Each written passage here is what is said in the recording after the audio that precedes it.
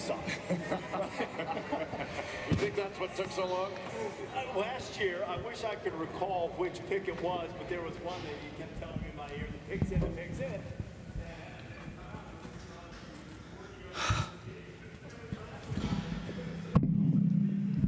Let's go. Marshall Harris, WIP. Brett, can you just take us through the time between making the selection of Mikal Bridges and then the decision to make the trade? And what did you see there in terms of the value of trading, I guess, back? I mean, it starts out with just tremendous excitement. You know, when this is my 18th year in the NBA, and when you sit there and you watch a draft board play out, and on our notes, on our big board, we had 1A and 1B. And when the 9th pick was selected, you realized we're going to get one of our two. And we chose Mikal. And to see that play out, knowing the history that he has had in this city and at Villanova, it was very much aligned. And he was somebody that could come in and fit with what we had. And so it goes from that level of excitement, an extreme coincidence, given his history in this city, to a situation in between that the phones were active. And we knocked back an incredible deal where we would lose him. We didn't rate it to be a Godfather type of deal, something that really would impact the franchise to the level that it would have to in order to trade Mikal, who we valued very much.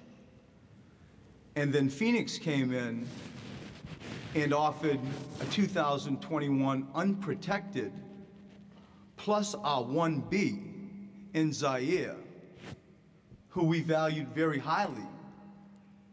And you're in a position that you're on the clock and you really have a decision to make. And for me, and all of us in that room, what always rules our day is a few things. First, and in this order, what is always best for the organization? I'm going into my 6th season with the Philadelphia 76ers. And so what is best for the organization? And how do you win a championship? How do you acquire things that can attract stars or develop stars? That pick might be the key to all this. That pick might be the thing that links a possible trade.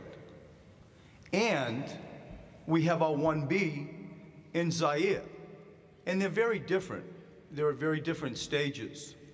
And so you ask a very open question, and all of those emotions and all of those facts happened in, you know, a 20, 25-minute window.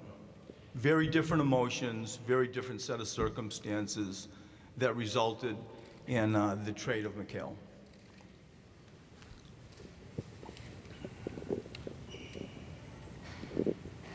Hey, Brett. Tom Moore, Bucks County Courier-Times. How are you?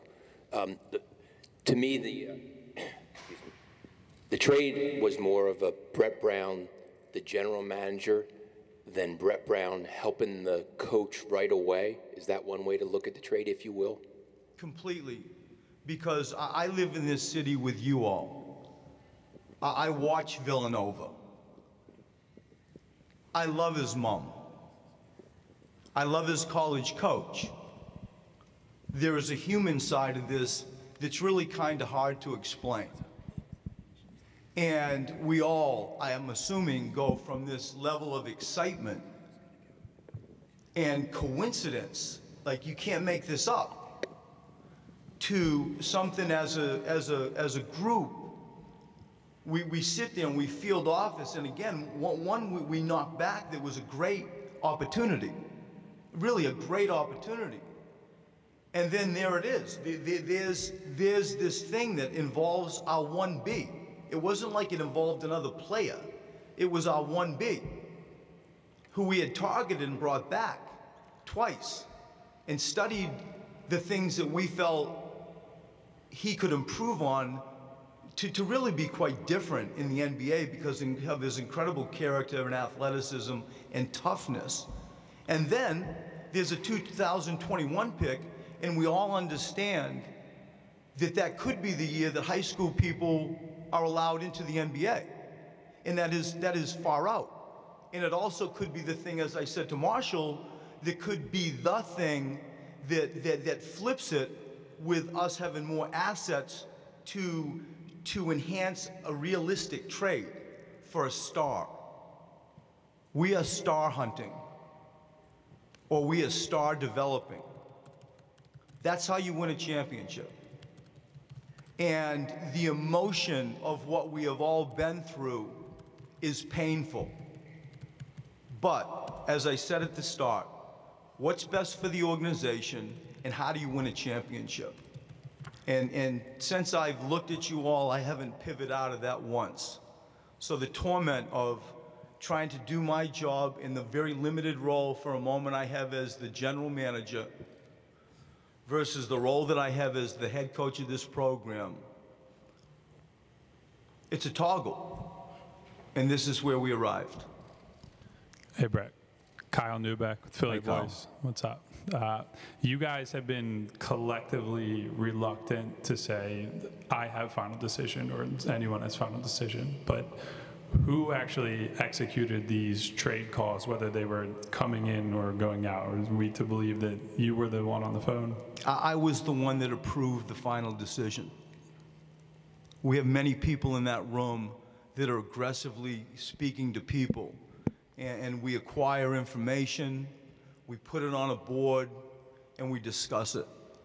And at the end of the day, Josh looked at me, and I did what I did. We approved the deal. I approved the deal. Brett, what did you see in Zaire that made him your 1B? The fact that he has a foundation that is incredibly unique in relation to his athleticism. The foundation that he has in his character, the foundation that he has in his defense, the incredible growth that we're seeing in his shot, his ability to create his own shot. There's no mystery of how we want to play here in Philadelphia, nor is there no mystery on the direction our sport is growing. And so when you weigh it all up, and I anointed him 1B. It's really, you know, an incredible situation that we had to navigate through once we got that offer. And so as we judged Zaire, we saw a person, we saw a player, we saw a place that we need to develop him, to grow him and take him. And we believe entirely, in time, he has the ability to be incredibly unique, maybe even great. And I think so that the city and you all hear me say, Mikal Bridges would have come in and slotted in and played right away. Zaire is going to be fighting for some minutes, and we are going to develop him, and we are excited to do that. And he may jump into this thing in a quicker way. And we all understand the reality and the history of what 10th player chosen do really to the NBA and coming in and playing minutes. It's rare that a 10th pick comes in and plays, even on poor teams. And so we believe we're going to take Zaire and put him into our development system and polish up all those things, and we're excited. The city of Philadelphia is going to love him because of his complete competitiveness, his athleticism, and his toughness. He is bred for the city of Philadelphia. Dave Murphy with The Inquirer in the back. Yes, Dave. How prevalent were the discussions about, or how cognizant were you of wanting to add to your portfolio of picks for a potential future trade? You had mentioned that before the draft, was that something that you really wanted to accomplish? Was that something that you had hoped to accomplish? I don't understand your question, please. Like, did you want to add to your asset portfolio in case of a trade before the draft? Was that something that was a goal of yours? We talked about it all the time, you know, and it always comes back to what you hear us say all the time, like, how do you get a star?